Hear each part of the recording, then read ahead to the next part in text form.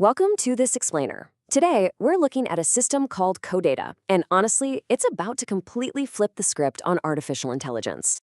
Every single day, we generate massive amounts of data, but right now, that data is raw, uncredited, and frankly, unpaid. Codatta is stepping in to change that, turning raw information into an actual ownable asset class that pays out real royalties. So let's dive right into this pretty provocative concept. Think about the invisible labor powering today's massive AI models. Every article you write, every image you upload, every line of code, it all gets swept up to train the algorithms of tomorrow.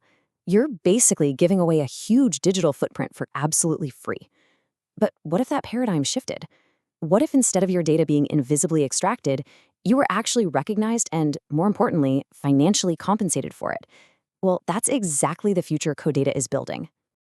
Here is our agenda for today. We'll start with unpaid data in AI, introduce Codatta's solution, then walk through Step 1, verified contributions, Step 2, assetification and usage, hit the royalty engine, and wrap up with acquiring tokenized ownership.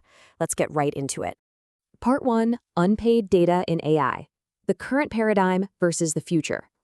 We really need to understand the broken system we're in before we can appreciate the fix. Right now, your data is essentially treated like a free public park, scooped up by massive algorithmic claws with zero attribution. Codatta completely flips this on its head. Instead of a free-for-all grab, imagine a meticulously tracked conveyor belt where every piece of data generates deterministic royalties.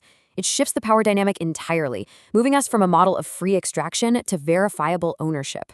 Part 2, introducing Codatta's solution, the 4-step flow. The big question here is, how do we actually get from a random piece of raw data to a paycheck? Codatta relies on a highly structured end-to-end flow to make sure everything is trackable. 1, contribution. 2, assetification. 3, usage. And 4, royalty. Let's break down exactly what happens at each stage. Part 3, Step 1, verified contributions, and the birth of a data asset. Let's start at the very beginning. Say a contributor, which could be you or even an automated AI agent, submits a piece of work, like a data sample or label. Boom. The moment it's submitted, it's sealed as a contribution fingerprint, or CF. Think of it like an unbreakable digital wax seal. It permanently documents exactly who did what, when they did it, and the evidence proving it. It is literally an irrefutable cryptographic receipt for your digital labor. But you know, a receipt is only as good as the person holding it. To prevent spam, this fingerprint is permanently bound to the creator's identity in a privacy-preserving way. Plus, Codatta uses this really clever staking as confidence system. Basically, you're putting your money where your mouth is to back your work. Combine that stake with an ongoing history of your accuracy, and you get a highly reliable trust score. Part 4, Step 2, assetification and usage, curating and minting. Now that our data point has its secure ID badge, look at the sheer speed of how it becomes an asset.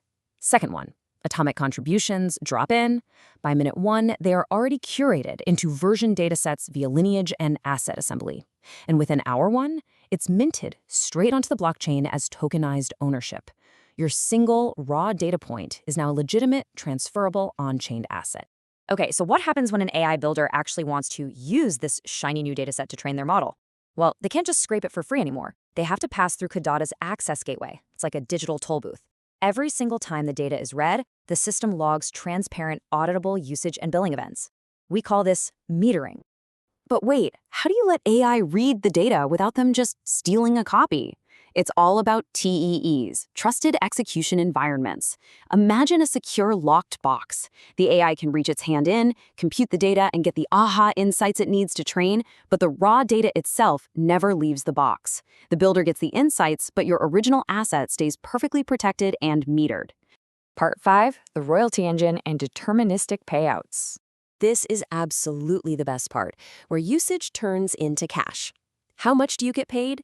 The royalty engine calculates it using 3 main slices of the pie. Roughly a third comes from total system revenue, another third comes from exact metering events, and the final third comes from your time-pinned ownership fractions. Time-pinned just means taking a snapshot of exactly how much of the dataset you owned at the precise moment it was consumed. As the Codatta docs put it, the royalty engine converts revenue into transparent, replayable splits for contributors and backers.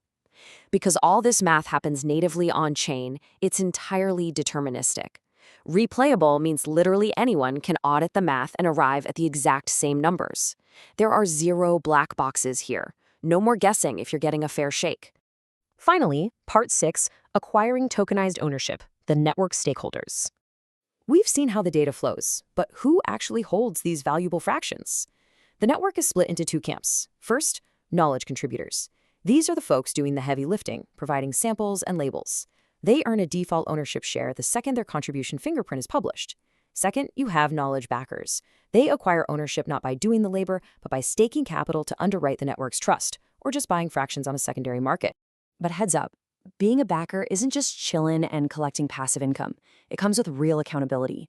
If you financially underwrite bad, garbage data, network audits can literally slash your staked position. You will lose real value.